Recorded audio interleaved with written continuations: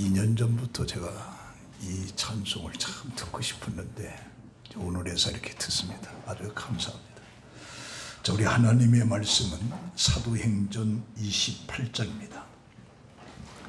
사도행전 28장 16절에서 31절 마지막 절까지 봉독을 합니다.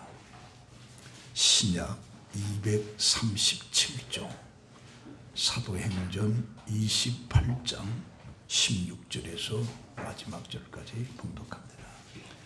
우리가 로마에 들어가니 바울에게는 자기를 지키는 한 군인과 함께 따로 있게 허락하더라. 사흘 후에 바울이 유대인 중 높은 사람들을 청하여 그들이 모인 후에 이르되, 여러분 형제들아, 내가 이스라엘 백성이나 우리 조상의 관습을 배척하는 일이 없는데 예루살렘에서 노마인의 손에 죄수로 내준 바 되었으니 노마인은 나를 신문하여 죽일 죄목이 없으므로 석방하려 하였으나 유대인들이 반대하기로 내가 마지못하여 가이사에게 상소하며 내 민족을 고발하려는 것이 아니니라. 이러므로 너희를 보고 함께 이야기하려고 청하였으니 이스라엘의 소망으로 말미암아 내가 이 쇠사슬에 매인 바 되었노라. 그들이 이르되, 우리가 유대에서 내게 대한 편지도 받은 일이 없고 또 형제 중 누가 와서 내게 대하여 좋지 못한 것을 전하든지 이야기한 일도 없느니라. 이에 우리가 너의 사상이 어떠한가 듣고자 하니 이 바에 대하여는 어디서든지 반대를 받는 줄 알기 때문이라 하더라. 그들이 날짜를 정하고 그가 유숙하는 집에 많이 오니 바울이 아침부터 저녁까지 강론하여 하나님의 나라를 증언하고 모세의 율법과 선지자의 말을 가지고 예수에 대하여 권하더라. 그 말을 믿는 사람도 있고 믿지 아니하는 사람도 있어 서로 맞지 아니하여 흩어질 때에 바울이 한 말로 이르되, 성령이 선지자 이사야를 통하여 너희 조상들에게 말씀하신 것이 옳도다. 일러스되, 이 백성에게 가서 말하기를 너희가 듣기는 들어도 도무지 깨닫지 못하며 보기는 보아도 도무지 알지 못하는도다. 이 백성들의 마음이 우둔하여져서 그 귀로는 둔하게 듣고 그 눈은 감았으니 이는 눈으로 보고 귀로 듣고 마음으로 깨달아 돌아오면 내가 고쳐줄까 함이라 하였으니, 그런즉 하나님의 이 구원이 이방인들에게로 보내진 줄을 알라. 그들은 그것을 들으리라 하더라. 바울이 온 이태를 자기 새 집에 머물면서 자기에게 오는 사람을 다 영접하고 하나님의 나라를 전파하며 주 예수 그리스도에 관한 모든 것을 담대하게 거침없이 가르치더라. 아멘. 봉독한 말씀과 사도행전 내용을 통해서 믿음의 사람들이라고 하는 내용으로 함께 은혜를 받습니다. 성경에 나타난 위대한 사람들은 한결같이 기도하는 사람들입니다. 역시 사도 바울도 기도의 사람이었습니다. 그가 다메섹 체험을 통해서 사도행전 9장에 보면 앞을 보지 못하는 바울에게 아나니아라고 하는 자에게 일어나서 직가라 하는 거리로 가서 5 사람 사울이라고 하는 사람을 찾으라. 그가 기도하는 중이다. 그래서 또 사도행전 9장에 보면 가라, 이 사람은 내 이름을 이방인과 임금들과 이스라엘 자손에게 전하기 위하여 택한 나의 그릇이라. 그가 내 이름을 위하여 얼마나 고난을 받아야 할 것을 내가 그에게 보이리라 하시니. 또 13장에 보면 주를 섬겨 금식할 때에 성령이 이르시되 내가 불러 시키는 일을 위하여 바나바와 사울을 따로 세우라 하시니, 이에 금식하며 기도하고 2 사람에게 안수하여 보내니라. 또 사도행전 16장에 보면 복음을 증거하다가 심한 매를 맺고 깊은 옥에 가두었으나 한밤중에 바울과 실라가 기도하고 하나님을 찬송하며 제수들이 듣더라.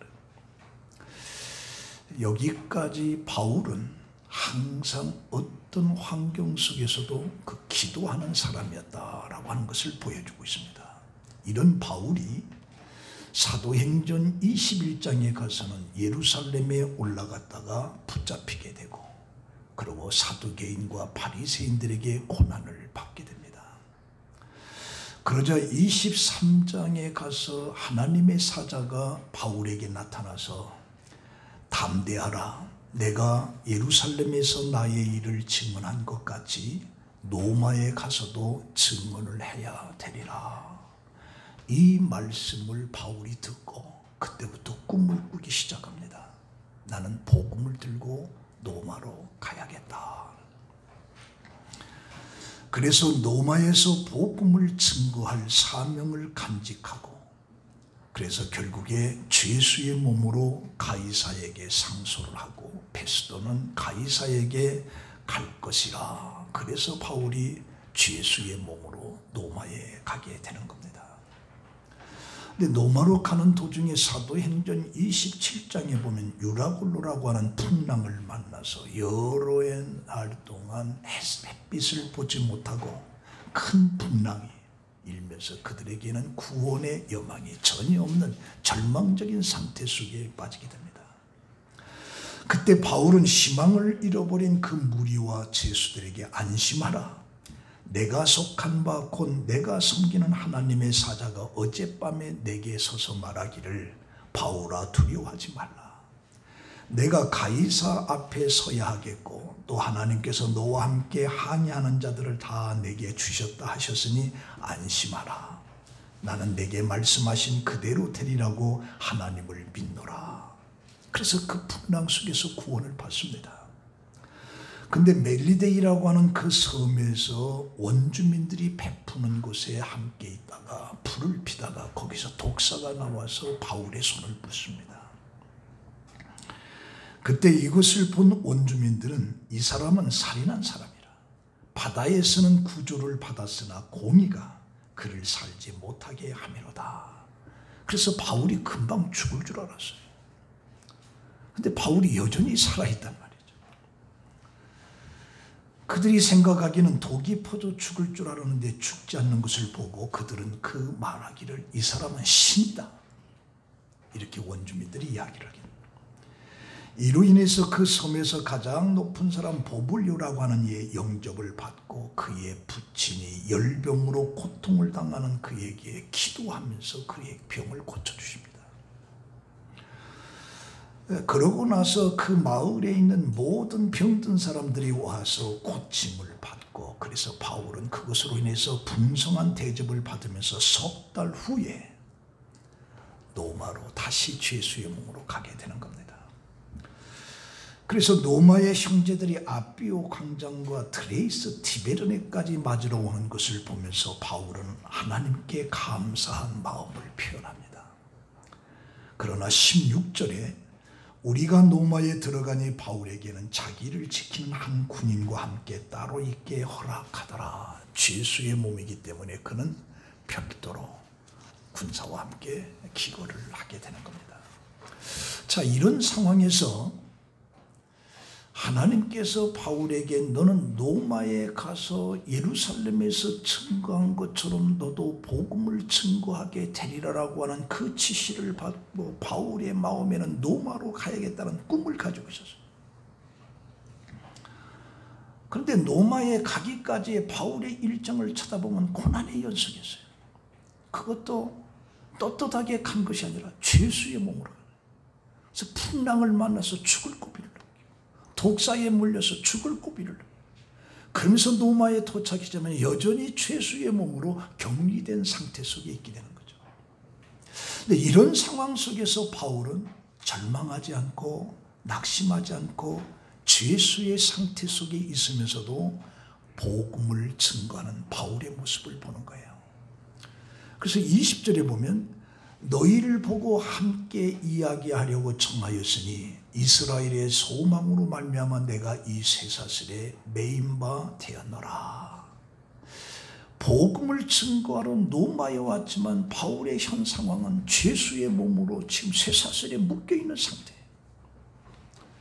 자, 그럼 이것을 우리가 어떻게 보아야 될 것인가? 그 살아온 기적, 살아갈 기적이라고 하는 책을 암으로 세상을 떠나기 전에 서강대 영문학과 장영희 교수의 유고작입니다. 그 책에서 장 교수는 자신의 여동생과 조카들과 함께 미국에 있는 보스턴 미술관을 방문했던 경험을 소개해주고 있습니다.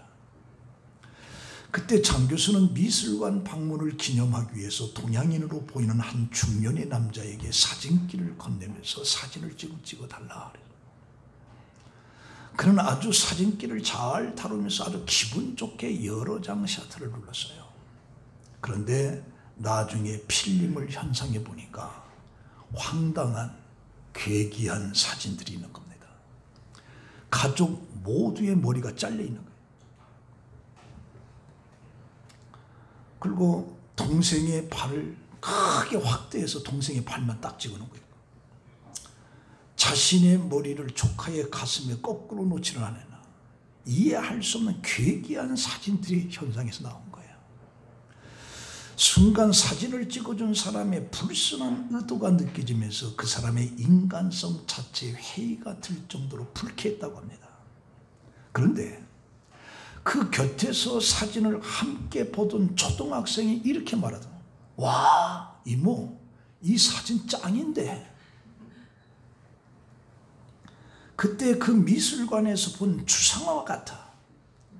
그 아저씨가 우리가 미술관 앞에서 찍으니까 이렇게 찍어주신 거야. 그렇게 말하는 조카의 어처구니 없는 그 말에 장 교수는 실수를 금할 수가 없었다. 근데 막상 그 아이의 말을 듣고 보니까 아닌 게 아니라 자기 자신들을 불쾌하게 만들었던 그 사진이 전위예술로 보이는 거예요. 심지어 머리 없이 나란히 서 있는 자신의 모습이 너무 재미있게 보이고 거꾸로 박힌 자신의 얼굴은 샤갈의 그림처럼 그렇게 보이더라는 거죠. 여기서 중요한 것은 관점의 변화가 일어난 거예요. 예를 들면 이 컵에 물이 지금 이만큼 있습니다. 이것을 어떻게 보는 관점에 다른 거예요. 아, 물이 많이 없어졌네. 반면에 물이 아직도 반절이 넘게 남았는데 다르다. 어떻게 쳐다보느냐의 관점이 다르다.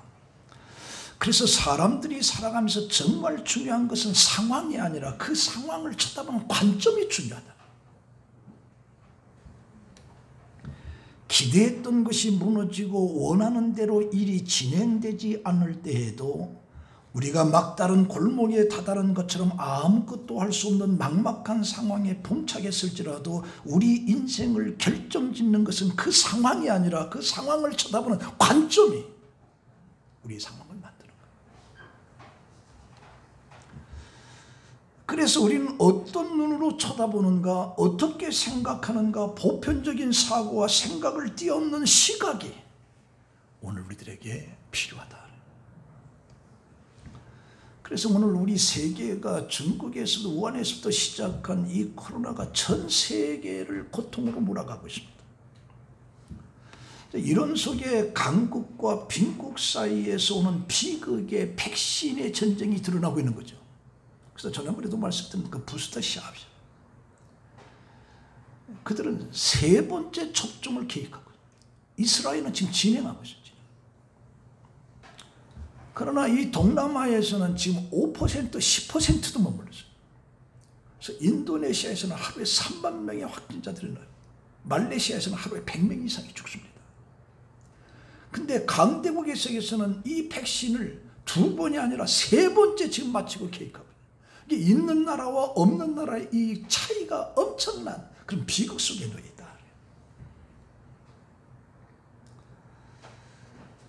그래서 우리나라도 이 갈수록 더 심해지는 방역의 한계를 달하고 있습니다. 그래서 백신이었던 부족, 소상공인, 자영업자, 소외된 그늘 곳에 절망적인 내용들이 지금 숱하게 그냥 쌓아 올라가고 있습니다. 이게 델타 변이의 급속도로 확산되면서 세계 경제가 전부 다 흔들리고 있다. 심지어 오늘 우리들도 뭐 저녁 6시가 되면 2사람밖에. 친구 목사들하고 저녁에 6시에 넘어서 식사로 갔다가 결국에 그렇게 안 된다고 그래서 2사람은 저쪽에 앉고 2사람도 이쪽에 이렇게 밥을 먹어. 이게 지금 뭐 하는 짓인가? 자, 그러면서 이게 언제까지 이래야 되는가? 이 답답하고 견딜 수가 없어요. 근데 이런 상황 속에서 이 상황을 쳐다보는 이 관점의 변화가 중요하다. 이 상황을 절망적으로, 낙심적으로, 불평, 원망으로 쳐다볼 것이 아니라 우리의 생각을 좀 바꿔, 관점을 좀 바꾸라. 그러면서 사랑과 긍휼이라고 하는 것을 가지고 세계를 쳐다보고 오늘의 이 시점을 쳐다볼 수 있는 이 관점을 좀 바꿔야 된다. 그래서 이 쳐다보는 관점이 현실을 인정하고 헤쳐나가는 그런 지혜가 필요하다. 그래서 앞으로도 우리가 상상할 수 없는 이 세균의 문제가 이 지구를 치명타로 옮겨갈 가능성도 많이 있습니다. 이 델타뿐이 아니고 더 강한 것들이 나타날 수 있습니다. 그래서 어쩌면 이 코로나도 이 백신과 함께 치료제가 빨리 개발이 돼서 마치 우리가 함께 가야 돼. 이 코로나와 함께 가야 돼. 자, 그런 관점으로 세상을 쳐다보. 그래서 우리는 그런 세상의 사랑과 긍휼을 가지고 모든 것을 쳐다볼 수 있는, 이게 우리 그리스도인들의 삶이 아니겠는가, 이렇게도 생각합니다. 그래서 우리는 이 쳐다보는 관점이 보편적에서 벗어나야 됩니다. 좀 더 다르게 생각해야 된다. 다르게. 우리의 이기적인 것에서 벗어나야 된다. 다른 곳에서 되는데 자기 집 앞에서는 안 된다는 철저한 이기주의 모습에서 우리는 좀 쳐다보는 관점이 바꿔져야 된다. 그런 예들이 많죠. 그 사드라고 하는 것이 뭐 성주하다 보니까 그 지역 지문대로 막 데모들 일하고 난리가 났어. 어떤 교회는 자기 교회 앞에 주차를 전혀 못하게 만들어. 이게 전부 다 이기적이야. 이제 관점을 좀 바꿔야 된다. 바꿔야 된다. 좀 새로운 다른 각도로 좀 쳐다볼 줄 알아야 된다. 에릭 호퍼라고 하는 사람은 인간의 가치는 자신의 존재를 어떻게 생각하느냐에 따라서 분류된다. 이 자존감이라고 하는 것은 실패하거나 잘 안 될 때도 부정하지 않고 자신의 가치를 유지할 수 있는 마음의 상태를 말하는 거죠. 이런 자존감을 균형 있게 유지하는 것이 중요한데, 왜냐하면 이 자존감에 저하는 우울증의 원인이 되고 이 우울증은 심각한 문제를 드러나기 때문입니다. 미국이라든가 중국이라든가 영국, 한국, 일본에 이 자존감을 비교해 볼 때 한국하고 일본의 자존감이 가장 낮다고 합니다. 나는 가치 있는 사람이라고 생각한다. 나는 자신에 만족한다. 자신을 긍정적으로 평가한다라고 하는 질문을 했더니 한국 사람과 일본 사람의 수치가 가장 낮았다. 이걸 보면서 오늘 우리들은 이 생각하는 관점에 변화가 있어야 된다. 그래서 나는 누가 뭐라고 하든지 간에 나는 가치 있는 존재다. 나는 쓸모 있는 존재다. 나는 필요한 존재다라고 하는 이 관점을 바꿔놔야 된다. 바꿔놔야 된다. 이것을 바꿔놓지 못하게 되면 우리는 삶의 절망과 좌절 속에서 넘어질 수밖에 없다. 그래서 믿음의 사람들은 어떤 상황 속에서도 결코 절망하지 않고 긍정적인, 그래서 모든 것을 쳐다보는 이 관점을 좀 더 다른 각도로 긍정적으로 생각하는 그것이 필요하다. 자, 그렇다면 믿음의 사람들이 세 가지 측면에서 권하고 싶은데, 첫 번째는 막막한 상황에서도 실망하지 않는 사람. 이게 믿음의 사람들이에요. 우리가 신앙생활을 해도 종종 어려운 일을 당하게 되면 그 어려운 일을 당할 때 실망하고 좌절하고 불평과 원망을 쏟아놓기 시작합니다.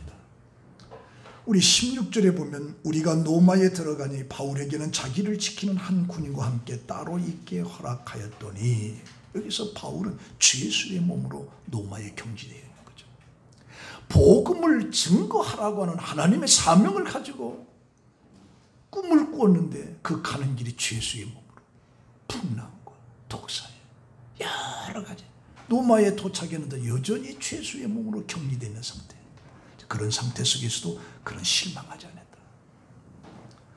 사실 바울에게는 기도의 제목이 노마였던 거죠. 하나님이 그렇게 사명을 주었으니까. 노마에 가서 복음을 전하는 것이 하나님의 뜻이고 바울은 그것을 위해서 기도하고 온 힘을 다 쏟은 거죠.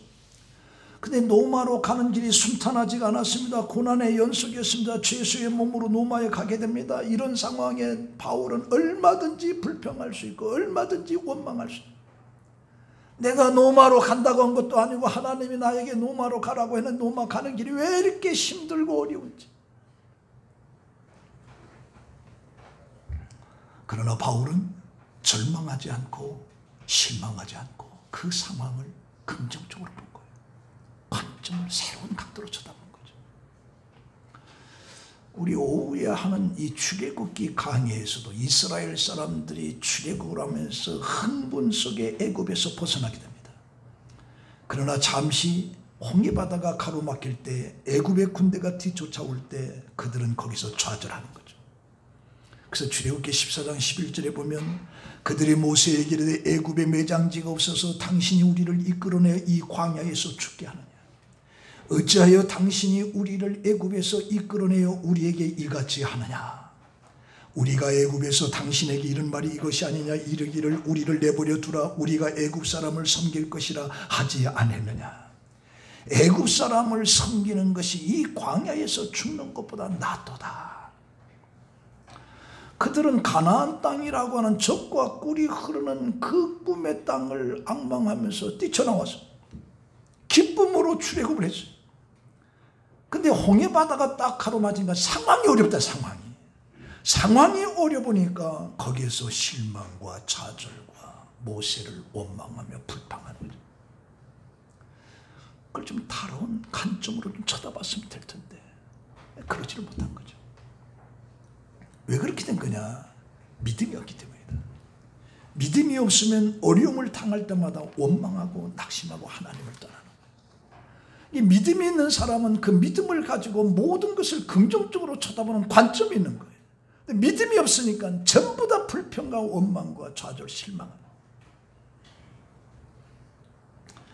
거예요. 마르티 그레이라고 하는 사람의 에세이집인데 살아야 한다. 나는 살아야 한다 라고 하는 논픽션의 에세이집에 나온 글입니다. 이 책의 주인공은 1939년에 독일이 폴란드를 침공할 당시에 10대 소년이었습니다. 그때 일가 친척 110명이 모두 죽임을 당해요. 그도 유대인 수용소로 알려진 트렘블레카 수용소에서 아버지 유언이 뭐냐? 너는 살아남아라. 어떻게든지 살아남아라. 그 유언을 듣고 이를 악물고 탈출에 성공합니다. 이후에 바르샤바로 돌아가서 독일에 대항해서 객토 봉기에 참여를 하고 폴란드 지하 저항단체에 합류해서 파르티잔으로서의 싸우게 됩니다. 그리고 후에 미국으로 망명해서 맨손으로 골동품을 도매해서 무역회사를 세워서 성공을 합니다. 미국에서 좋은 사람을 만나 결혼하고 가정을 이루는 거예요. 하지만 갑자기 그 마을에 산불이 일어나면서 아내와 네 자녀가 다 불에 타서 죽습니다. 그때 생을 비관할 만도 한데 그는 가족의 죽음을 헛되지 하게 않겠다라고 마음을 먹고 인권, 환경 등 생명과 평화에 관한 운동가로 활동을 하게 됩니다. 그래서 인도주의적 활동을 펼친 공로로 2000년에 유럽이죠. 메리트 금메달을 수상하게 되고 파리의 아메리카 대학에서 그의 사업에 인정을 받아서 명예인문학 박사를 받게 되고 그리고 세계 평화에 기여한 공로로 죽은 뒤에 노벨 평화상을 수상을 하게 됩니다. 예, 그렇게 절망적인 상황 속에서도 그는 결코 절망하지 않았다. 이게 어떻게 보면 믿음의 사람들. 믿음의 사람들은 내게 주어진 그 상황이 아무리 절망적이라도 그것을 절망으로 쳐다보지 않는다. 그 쳐다보는 관점이 바꾼다. 긍정적으로 긍정적으로. 바울이 그와 같다. 노마의 죄소리 있었지만 그 절망하지 않았어. 그 긍정적으로 생각한다. 그래서 그는 복음을 증거했던 거죠. 두 번째는 막막한 상황 속에서도 최선을 다하는 사람이라. 17절에 보면 사흘 후에 바울이 유대인 중 높은 사람들을 청하여 그들이 모인 후에 이르되 여러분 형제들아 내가 이스라엘 백성이나 우리 조상의 관습을 배척한 일이 없는데 예루살렘에서 노마인의 손에 죄수로 내준 바 되었으니 노마인은 나를 신문하여 죽일 죄목이 없으므로 석방하려고 했지만 유대인들이 반대하기로 내가 가이사에게 상소하며 너희를 보고 함께 이야기하려고 청하였으니 이스라엘이 소망으로 말미암아 내가 이 쇠사슬에 매인 바 되었도다. 그러면서 23절에 가서는 그들이 날짜를 정하고 그가 유숙한 집에 많이 오니 바울이 아침부터 저녁까지 강론하여 하나님의 나라를 증언하고 모세와 율법과 선지자의 말을 가르치고 예수에 대하여 권하니라. 지금 노마의 죄수의 몸을 아침부터 저녁까지 강론해서 하나님 나라를 증언했다. 그러니까 그가 당한 그 상황 속에서 최선을 다한 거죠. 최선을. 그래서 26절에 이 백성에게서 말하기를 너희가 듣기는 들어도 도무지 깨닫지 못하며 보기는 보아도 도무지 알지 못하는도다. 이 백성의 마음이 우둔하여서 그 귀로 둔하게 듣고 그 눈이 감았으니 이는 눈으로 보고 귀로 듣고 마음으로 깨달아 돌아오면 내가 고쳐줄까 함이라. 이렇게 아침부터 밤늦게까지 복음을 증거하는 그 말을 들은 많은 무리들이 어떤 사람은 그걸 믿는다. 어떤 사람은 그걸 믿지 않는다. 그 믿지 않는 그들을 향해서 너무너무 답답하니까 이사야 말을 끄집어내서 들어도 듣지 못하고 말해도 깨닫지 못하고 왜? 무슨 말인지 모른다. 무슨 말인지. 답답해서. 오늘 목사가 여기 서서 지금 설교를 합니다. 근데 이게 무슨 말인지 듣긴 들리는데 무슨 뜻인지 알 수가 없어. 답답해. 그래서 여러분들 나를 쳐다보지만 어떤 사람은 지금 생각이 좀 딴 데가 있어요. 아, 오늘 저녁에 어디를 가야 되나? 누구를 만나야 되나? 듣긴 들었는데 깨달으면서 답답한 거예요. 바울이 아침부터 저녁까지 복음을 증거하는데 그 듣는 그들이 도무지 그걸 깨닫지 못하니까 이사야 말을 끄집어내가지고 말해도 듣지도 깨닫지도 못하는 답답한 걸 보러하고 있어요. 그러나 바울은 그 상황에서 최선을 다해요. 최선을. 여러분들 탈무드에 이런 동화가 있습니다. 보통 5살짜리에게 들려주는 동화인데 이 동화를 제가 얘기해도 여러분들 깨닫지 못하면 여러분들의 수준 5살 이하입니다. 잘 깨달아야 됩니다. 옛날에 3마리의 개구리가 신나게 놀다가 우유통에 빠졌습니다. 근데 첫 번째 개구리는 우유통에 빠져서 나오려고 노력도 하지 않고 하나님 나 좀 살려주세요. 그러다 그 우유통에 빠져 죽었어요. 두 번째 개구리는 야 힘들다 포기하고 죽었어요. 세 번째 개구리는 달랐어요. 포기하지 않고 언젠가는 나갈 수 있을 것이라고 하는 희망을 가지고 계속해서 그 우유통에서 발을 쳤어요.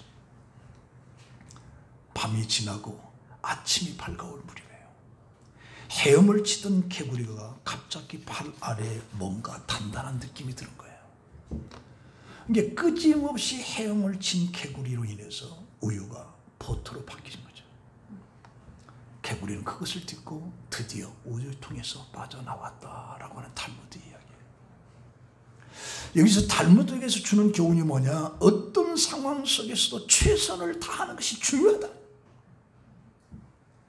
그 최선을 다하는 것이 쉽지만은 않지만 막막하고 상황이 어두운 그런 때에서도 내가 최선을 다하는 것. 대부분 보통 사람들은 이 상황에 빠지면 해볼 거 다 해봤어 하고 포기해. 그러나 최선을 다하는 최선을. 이게 믿음의 사람. 사도 바울도 지금 로마에 가서 가택연금 상태 속에 아무것도 할 수가 없었지만 그는 17절에 보니까 유대인 중 높은 사람들을 전부 전부 다 불러서 오해를 풀어요. 왜? 오해를 풀어야 복음을 증가할 수 있으니까. 그 상황 속에 최선을 다하는, 최선을. 사업하는 사람, 직장인 모두가 마찬가지. 모두가 그만두고 싶다, 너무 힘들다, 포기. 그러나 그 상황 속에서 새로운 관점, 최선을 다하는, 최선을. 그게 바로 믿음의 사람들이에요. 믿음의 사람. 네. 여러분들 그 연예인들이 그 자살을 하는 경우들이 많은데, 물론 연예인들뿐이 아니고 사업에 실패한 사람들, 가정에 뭐 파탄이 일어난 사람들이 자살하는 경우들이 많은데, 그것도 좀 새로운 관점 속에 쳐다보면 되는 거예요. 근데 그 상황 속에 그냥 절망하고 좌절하니까 그냥 죽어버려요. 네. 자, 마지막 세 번째는 막막한 상황에서도 담대한 사람. 담대한. 바울은 30절 31절에 본 바울이 온 이태를 자기 셋집에 몰면서 자기에게 오는 사람을 다 영접하고 하나님의 나라를 전파하며 주 예수 그리스도에 관한 모든 것을 담대하게 거침없이 가르치더라. 2년 동안 주 예수의 몸으로 격리되어 있으면서도 아침 저녁으로 사람을 불러내면서 담대하게 복음을 증거했다. 그러니까 2년 동안이나 가택연금을 당한 상황에서도 자기에게 오는 사람들을 다 영접한 거죠. 그리고 담대하게 복음을 증거한 거예요. 담대하게. 그리고 예수 그리스도에 관한 모든 것을 담대하게 증거해요. 이게 믿음이 없으면 안 돼요. 믿음이 없으면. 이번에 제가 목사님들 몇 분 만나서 그 한국의 이 기독교의 한기총이라든가 이 단체들이 너무 잘못됐다. 담대해야 돼. 담대해야 돼. 문 닫으라면 문 닫고 하지 말으면 하지. 교회가 이래서는 안 된다. 교회가. 그리고 그 소상공인들 뭐 보상들 이렇게 해주는데, 제가 그 목사님, 한기총 내놓으라는 사람 다 회개해야 된다. 이 개척교회 어려운 게 10명, 10명 놓고 있는 목사들이 먹을 거리가 없어요. 그 사람들에 대해서 한 게 뭐가 있느냐. 장사 안 되고 200, 300석 주는데 아무것도 아니에요. 교회. 그리고 예배 드리지 말라고 전부 다 달아. 이게 잘못됐다. 이게. 지금 어려운 교회들 엄청나요. 우리나라의 미자립 교회가 70%입니다. 70%. 큰 교회들도 많지만 미자립 교회가 70%예요. 그 사람들의 생활이 뭐냐. 그 보상에 대해서 한기총이 뭐 했느냐. 예배 드리지 말라고 안 된다. 이게 잘못된다. 담대해야 된다. 담대.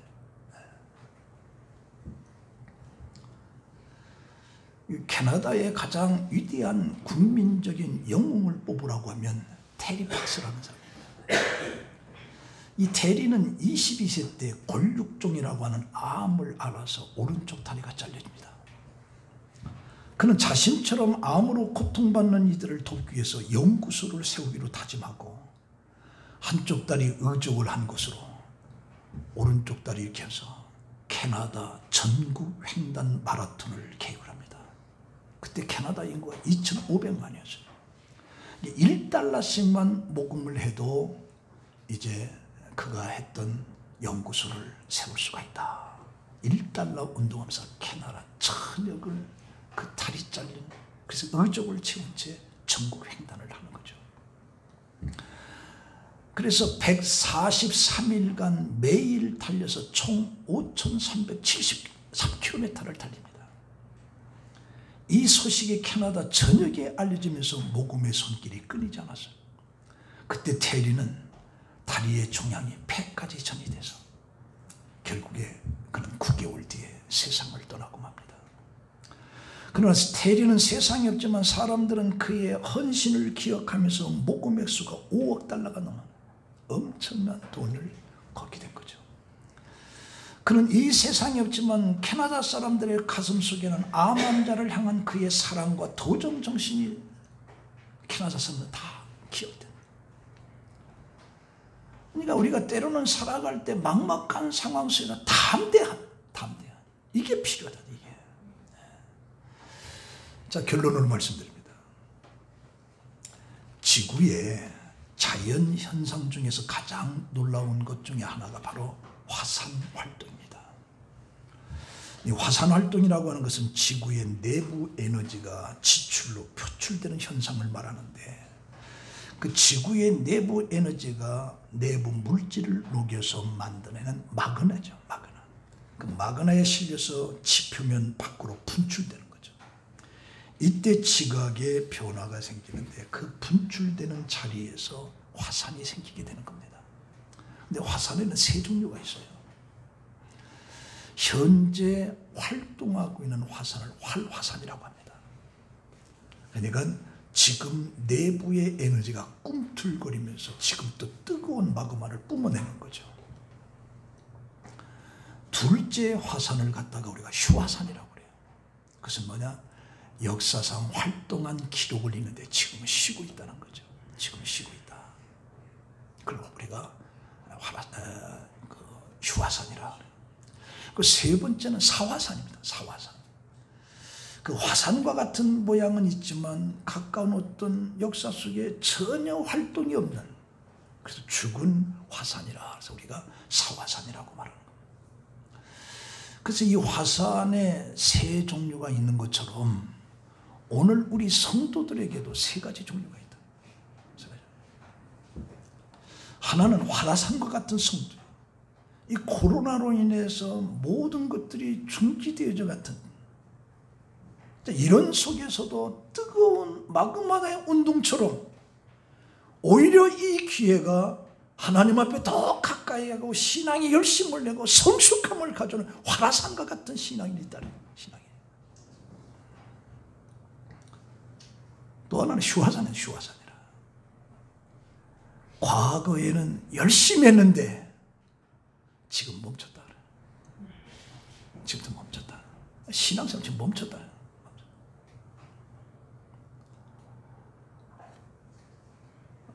또 하나는 이제 사화산인데 전혀 활동이 없다. 전혀 활동이 없다. 완전 죽어있다. 완전 죽어있다. 정지된. 신앙에 대한 아득한 어떤 전설적인 걸로만 생각하고 있다. 성령의 역사가 완전 소멸된 그런 성도라. 이걸 보면서 오늘 이 시점 속에 나는 활화산 같은 것인가? 나는 혹시 휴화산은 아닌가? 나는 완전히 죽은 사화산은 아닌가? 우리 스스로 한번 쳐다봐요. 그래서 우리가 이 사도행전이 그 식자들에 의해서는 오픈엔딩이라고 합니다. 이 사도행전이 28장에 끝났지만 29장, 30장 계속 역사적으로 이어가야 될, 이게 사도행전이에요. 그럼 28장은 사도 바울이 끝났지만 29장은 누가 써야 되느냐? 여러분들이 써야 된다. 여러분들이. 근데 내가 활화산이 돼야 29장을 써갈 거 아니야. 휴화산 갖고 안 된다. 사화산 갖고는 안 된다. 그래서 여러분들은 오늘 이 말씀을 가지고 모든 것을 쳐다보는 이 관점을 새롭게 하라. 새롭게 하라. 그래서 29장을 사도행전을 여러분들이 써가는 그런 성봉교회 성도 여러분들이 되시기를 예수의 이름으로 축원합니다. 기도합니다. 하나님 감사합니다. 믿음의 사람들은 오늘의 이 현실 속에 답답하고 앞이 꽉 막힌 이 상황 속에 우리의 관점은 어떻게 해야 될 것인가? 비관적이고 절망과 좌절이 아니라 긍정적이고 좀 새로운 관점으로 모든 것을 쳐다보면서 그리스도인답게 믿음으로 세상을 살아가는 우리 성봉교회 성도들이 되게 하여 주시옵소서. 예수님의 이름으로 기도합니다. 아멘.